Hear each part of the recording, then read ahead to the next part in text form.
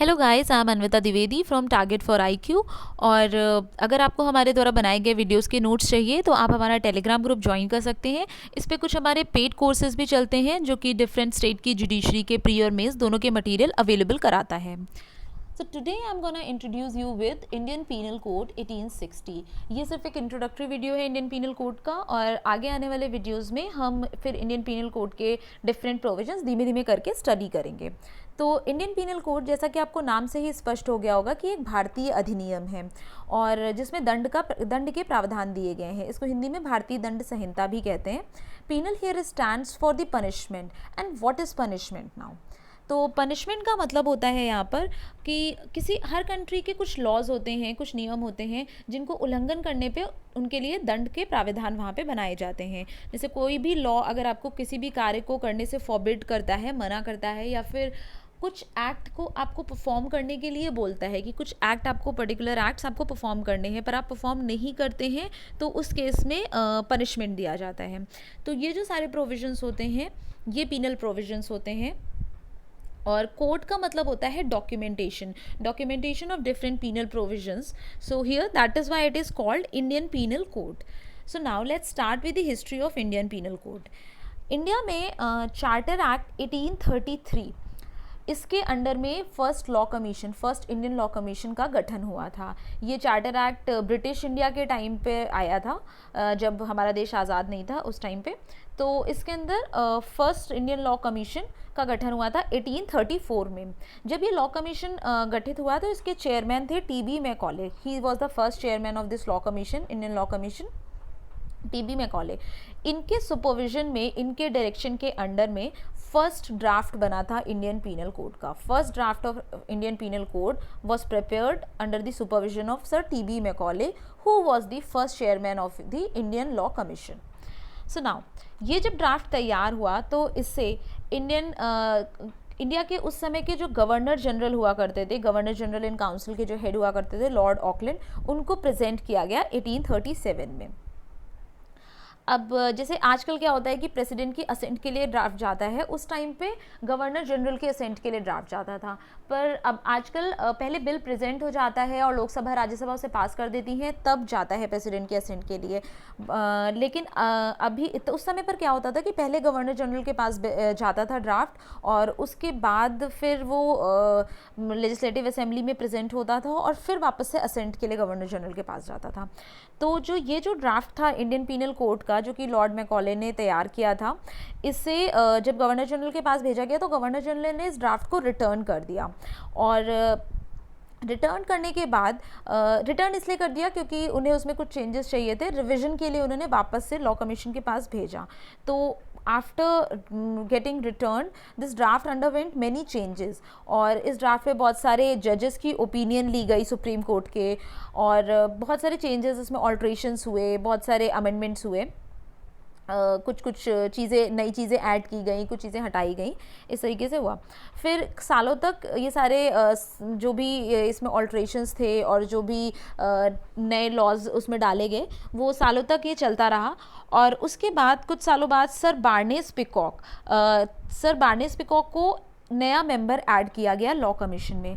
जब sir baldness peacock को नया मेंबर बनाया गया और उसके बाद फिर कुछ रिविजन्स और ऑल्ट्रेशंस किए उन्होंने, और उसके बाद ये ड्राफ्ट उन्होंने सबमिट किया 1856 में।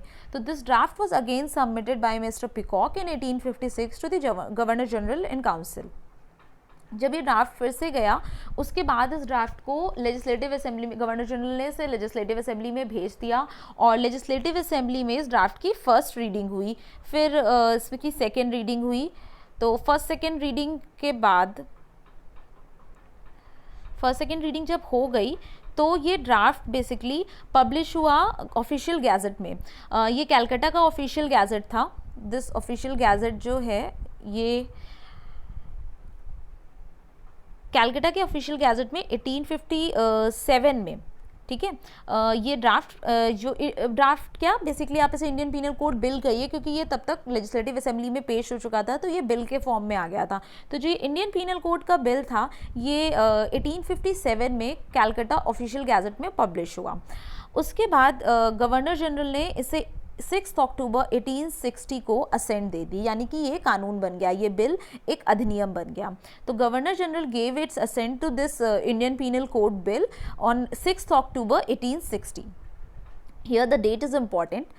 और गवर्नर जनरल के असेंट देने के 2 साल बाद this act has been enforced 1 January 1862। On 1 January 1862 this act had been enforced. Okay, इसका इनैक्टमेंट जो था, ये एक्ट लागू 1 जनवरी 1862 में हुआ।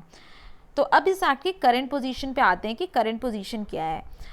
इंडियन पीनल कोड बेसिकली बहुत फ्रैगमेंट्स में कई बार अमेंड हो चुका है, और ये बेसिकली इंडिया का एक मेजर सब्सटैंटिव लॉ है जो कि 150 सालों से ज़्यादा से प्रिवलेंट है इंडिया में। अब कुछ प्रोसीजरल लॉज होते हैं, जैसे कि इंडियन एविडेंस एक्ट हुआ या फिर CRPC हुआ, ये इसके सप्लीमेंट्री एक्ट हैं, यानी कि इसको सपोर्ट करते हैं ये प्रोसीजरल लॉज। अच्छा, अब सब्सटैंटिव लॉ और प्रोसीजरल लॉ होते क्या हैं? सब्सटैंटिव लॉ बेसिकली वो लॉज होते हैं जो कि आपको आपकी राइट्स और रिस्पॉन्सिबिलिटीज़ बताते हैं। सिविल लॉ में ये आपको आपके राइट्स और रिस्पॉन्सिबिलिटीज़ बताते हैं, और क्रिमिनल लॉ में क्रिमिनल क्राइम्स को डिफ़ाइन करते हैं और उनसे रिलेटेड पनिशमेंट बताते हैं। जो भी ऑफेंसेस होते हैं, जो भी अपराध होते हैं, उनको डिफ़ाइन करते हैं कि क्या क्या चीज़ें कॉन्स्टिट्यूट करती हैं किसी अपराध को बनाने के लिए, और या किसी अपराध को करने के लिए, और उसके पनिशमेंट क्या है उनसे रिलेटेड। तो ये तो हो गया सब्सटैंटिव लॉ।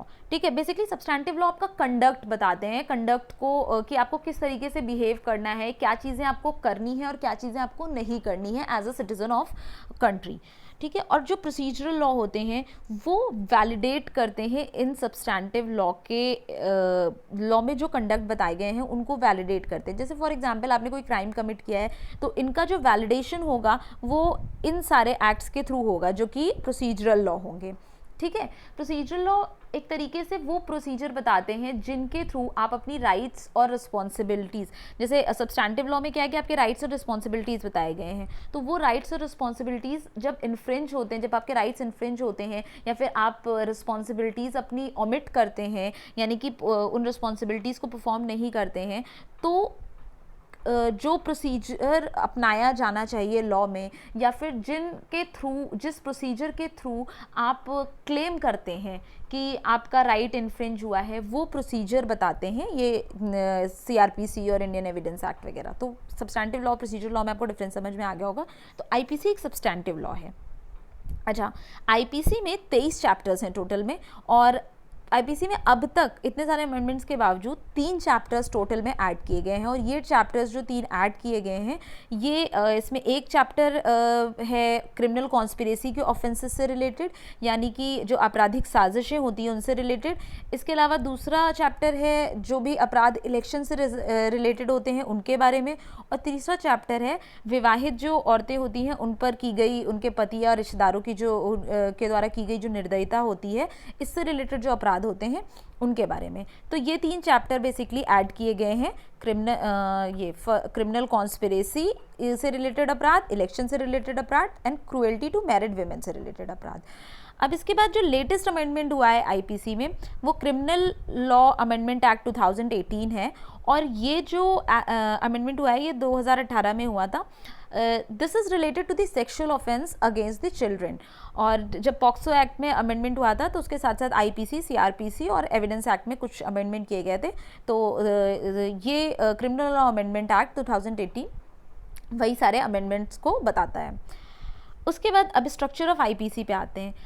जैसा कि हम पहले भी बता चुके हैं, इट कंटेन्स 23 चैप्टर्स मेनली, और जो 3 एडेड चैप्टर्स इसमें इंक्लूड किए गए वो एज अ सब चैप्टर इंक्लूड किए गए हैं।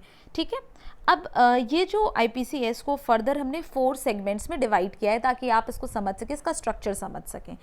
तो अब हम इसका चार्ट देख लेते हैं यहाँ पे कि 4 सेगमेंट्स में कैसे डिवाइड है। तो जो चैप्टर 1 to 5 है, जैसा आप यहाँ पे देख रहे हैं, इसमें आपको IPC में जो भी ये जो अधिनियम है इसकी जो एक्सटेंट है, यानी कि जो इसकी विस्तार सीमा है उसके बारे में बताया गया है। जो डिफरेंट टाइप की डेफिनेशंस होती हैं किसी भी एक्ट में, जो वर्ड्स यूज़ किए गए हैं उनकी डेफिनेशंस, और कुछ साधारण अपवाद हैं इस एक्ट के वो बताए गए हैं।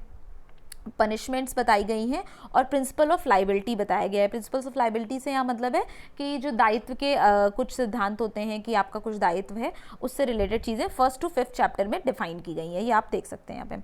फिर चैप्टर जो 6 to 15 है, ये 6 to 15 यहाँ पे बताया गया है कि यहाँ पे उन ऑफेंसेस की बात की गई है जो कि पब्लिक मैटर से रिलेटेड होते हैं और ये इंडिविजुअल और स्टेट के डिस्प्यूट के बीच की बात की गई है। जैसे फॉर एग्जांपल आप स्टेट के अगेंस्ट वॉर वेज करते हैं और या फिर कुछ पब्लिक सर्वेंट्स से रिलेटेड ऑफेंस होते हैं, यानी कि जो पब्लिक सर्वेंट्स होते हैं उनकी लाइबिलिटी क्या है, या उन्होंने जो ऑफेंस कमिट किए हैं, तो ये यहाँ पे उन ऑफेंसेस की बात हुई है, public matters between the individual and state.